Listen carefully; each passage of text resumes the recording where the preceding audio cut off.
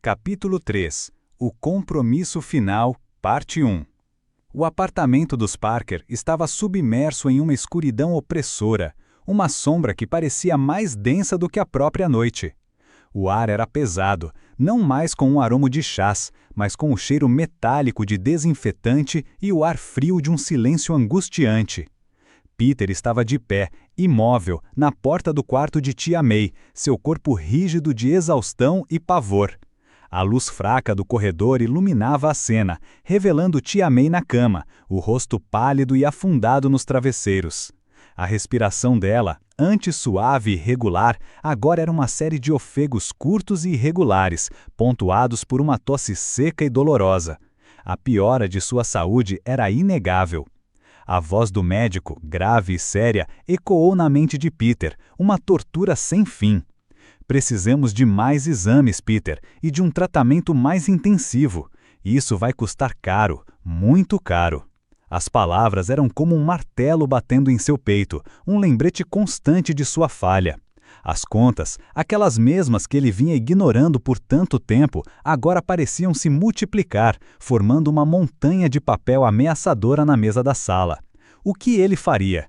Ele havia arriscado sua vida, sua sanidade, para parar um vilão, e no final, o problema real, o que mais importava, ainda estava lá, intocável. Foi nesse momento de desespero que Peter ouviu um som do lado de fora. Um estrondo distante seguido por um alarme de carro que parecia mais alto que os outros. Ele ignorou. A culpa e o medo de tia May eram mais fortes do que qualquer chamado de super-herói. Ele estava prestes a voltar para a cama, para tentar dormir, quando o alarme tocou novamente, desta vez mais perto. O som de vidro se quebrando o fez tremer. Ele sabia o que isso significava. Uma nova ameaça havia surgido.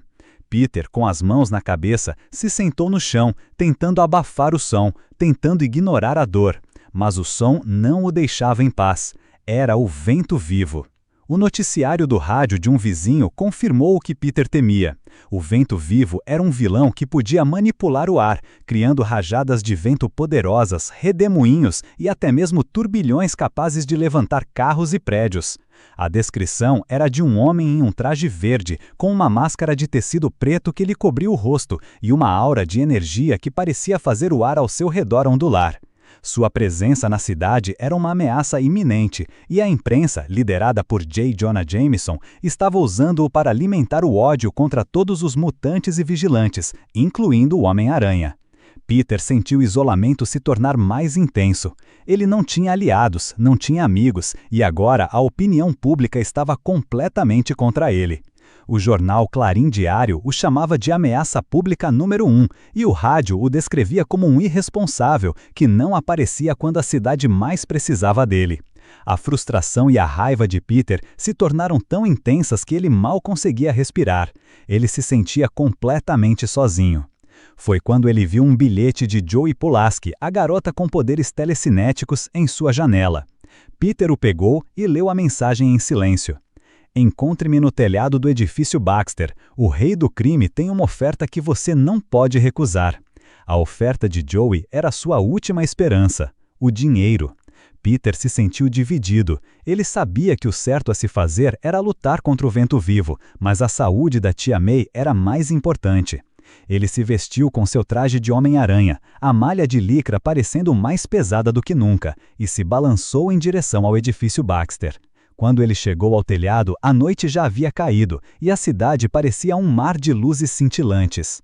Joey Pulaski estava lá, em seu traje de couro preto, com um olhar de desespero em seus olhos. Ela estava chorando.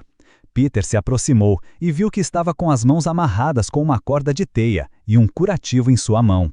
"O que aconteceu?" Peter perguntou, sua voz suave, mas cheia de preocupação. Joey soluçou. "O rei do crime. Ele me bateu. Ele me disse que eu era inútil, que se eu não podia te trazer para ele, ele não me queria. Ele me abandonou." Peter a olhou, a compaixão em seus olhos. Ele sabia que Joey era uma criminosa, mas também sabia que ela era uma vítima. Ele se sentiu dividido entre a raiva e a pena. Ele se lembrou da oferta que ela havia lhe feito e da sua recusa, e se sentiu culpado. Se ele tivesse aceitado, talvez ela não estivesse naquela situação. Eu sinto muito, Peter disse, com a voz embargada de emoção. Joey o olhou, com um olhar de esperança em seus olhos. Você ainda pode me ajudar. O rei do crime tem um plano para dominar a cidade, e eu não sei o que fazer.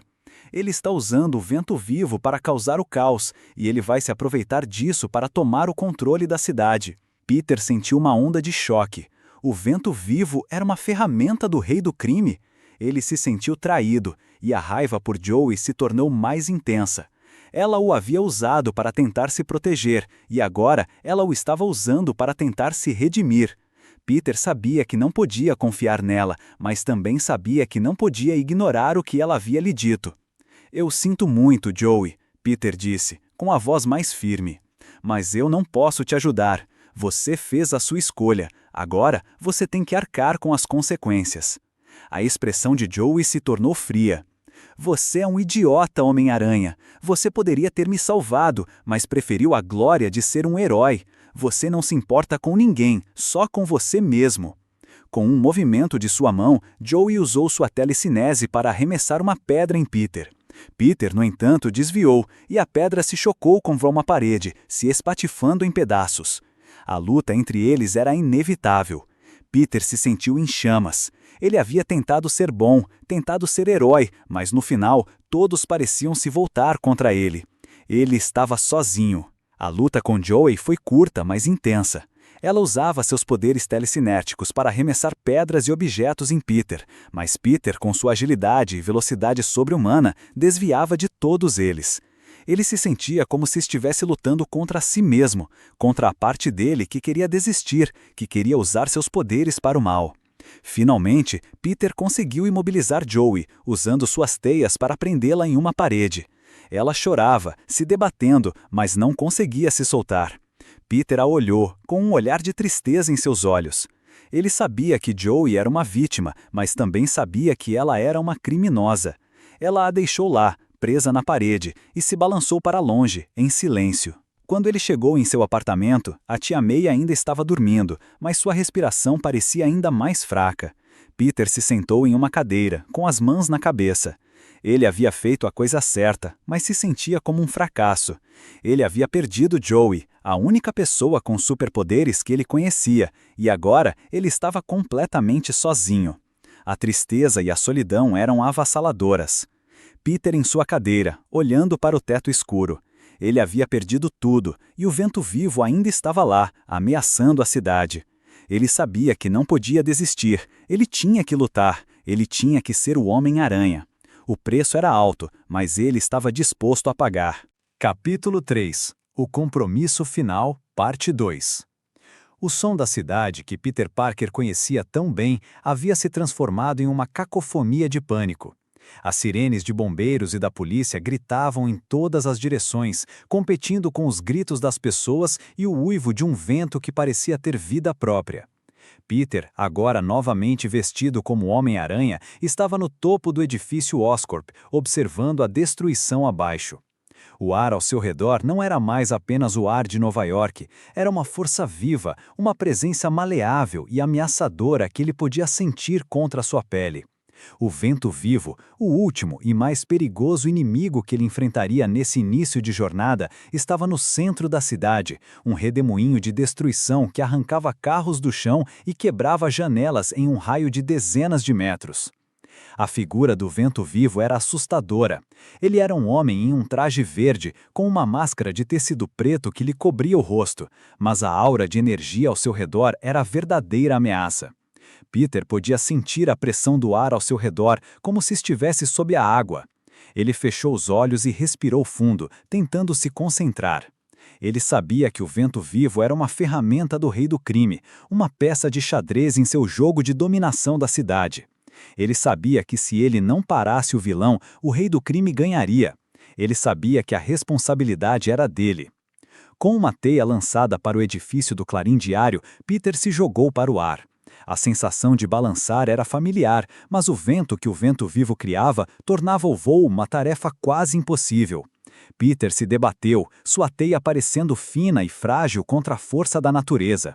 O vento balançava, o empurrava, o fazia girar no ar como uma folha. Ele estava em uma luta contra uma força que ele não podia ver, apenas sentir. Era um desafio que ele nunca tinha enfrentado antes. Ele finalmente conseguiu aterrissar em um telhado, escorregando e caindo de joelhos. O vento era tão forte que ele mal conseguia se manter em pé. A figura do vento-vivo estava a cerca de 2 quarteirões de distância, a visão de um redemoinho de lixo e metal girando ao seu redor. Peter se levantou, mas sentiu um raio de energia se formando dentro do redemoinho. Ele desviou e o raio, que era feito de vento comprimido, explodiu em uma nuvem de poeira e metal, fazendo com que o telhado desabasse. Peter se sentiu em chamas. Ele sabia que o vento-vivo era mais poderoso do que ele. Peter se lançou para o ar novamente, desta vez com mais determinação. Ele se aproximou do vento-vivo e, com o estalo de seus pulsos, ele disparou várias teias, tentando prender o vilão. O vento-vivo, entretanto, usou sua manipulação do ar para cortar as teias antes que elas pudessem se prender a ele. Ele riu, uma risada que parecia o uivo do vento. Você é patético, Homem-Aranha. Acha que pode me prender com suas teias de aranha? Eu sou o vento. Peter se sentiu frustrado. Ele se lembrou da derrota de Joey Pulaski, da sua própria inexperiência, da sua incapacidade de salvar a todos. Ele se sentiu à beira de um precipício, à beira de desistir. Mas então ele fechou os olhos. E a voz do tio Ben ecoou em sua mente, mais clara e mais real do que qualquer coisa que ele já havia ouvido. Com grandes poderes vem grandes responsabilidades. A frase não era mais um peso, mas um farol, uma luz no meio da escuridão. O tio Ben confiava nele, ele confiava em si mesmo, ele não desistiria, não agora. Peter abriu os olhos e a determinação em seus olhos era palpável. Ele sabia o que tinha que fazer. Ele não podia lutar contra o vento-vivo, ele tinha que lutar com a mente. Ele se lembrou de suas aulas de física, da lei de Boyle-Mariotti, da compressão do ar. O vento-vivo estava usando o ar ao seu redor para se mover e para criar raios de energia, o que significa que ele precisava de um ambiente aberto. Se ele conseguir levá-lo para um ambiente fechado, para um espaço onde o ar fosse limitado, ele poderia derrotá-lo. Peter se lançou novamente, mas desta vez, em vez de atacar, ele fugiu. Ele se balançou em direção ao metrô, com o vento-vivo em seu encalço, rindo de sua covardia. Peter aterrissou na entrada do metrô e, com um grito, ele se lançou para o chão, quebrando o chão com sua força sobre-humana. O vento-vivo, no entanto, não conseguiu parar. Ele caiu no buraco que Peter havia criado e o ar em seu redor foi esmagado, o que fez com que seus poderes se dissipassem. Ele gritou de frustração e dor, mas já era tarde demais. O Homem-Aranha havia vencido. Peter esperou a polícia chegar e entregou o vento-vivo, que ainda se debatia furiosamente. A imprensa, que havia chegado ao local, estava mais interessada em filmar o Homem-Aranha. J. Jonah Jameson, em um noticiário de TV, bradava sobre como o Homem-Aranha havia causado mais estragos do que bem, e que a vitória era apenas sorte de iniciante. Peter se sentiu em chamas, mas ele a ignorou. Ele havia salvado a cidade, e isso era tudo o que importava. Quando ele chegou em casa, ele se despiu do seu traje. A tia May ainda estava dormindo, mas sua respiração era mais suave, mais calma. Peter se aproximou e viu o remédio que ela tinha tomado e os envelopes de contas ainda em cima da mesa. O vento-vivo estava preso, mas as contas ainda estavam lá. Peter havia vencido a batalha, mas a guerra ainda estava longe de ser ganha. Ele se sentou na cama, com as mãos na cabeça, e sentiu o peso do cansaço. Ele se sentia como um herói fracassado. Ele havia salvo a cidade, mas não conseguia salvar a si mesmo nem a sua família. O capítulo termina com Peter deitado em sua cama, olhando para o teto escuro. A vitória sobre o vento-vivo era uma vitória amarga. Ele havia feito a coisa certa, mas o preço era alto. O peso da responsabilidade, o repúdio da imprensa e o constante dilema de ter que escolher entre ser o Homem-Aranha e o Peter Parker.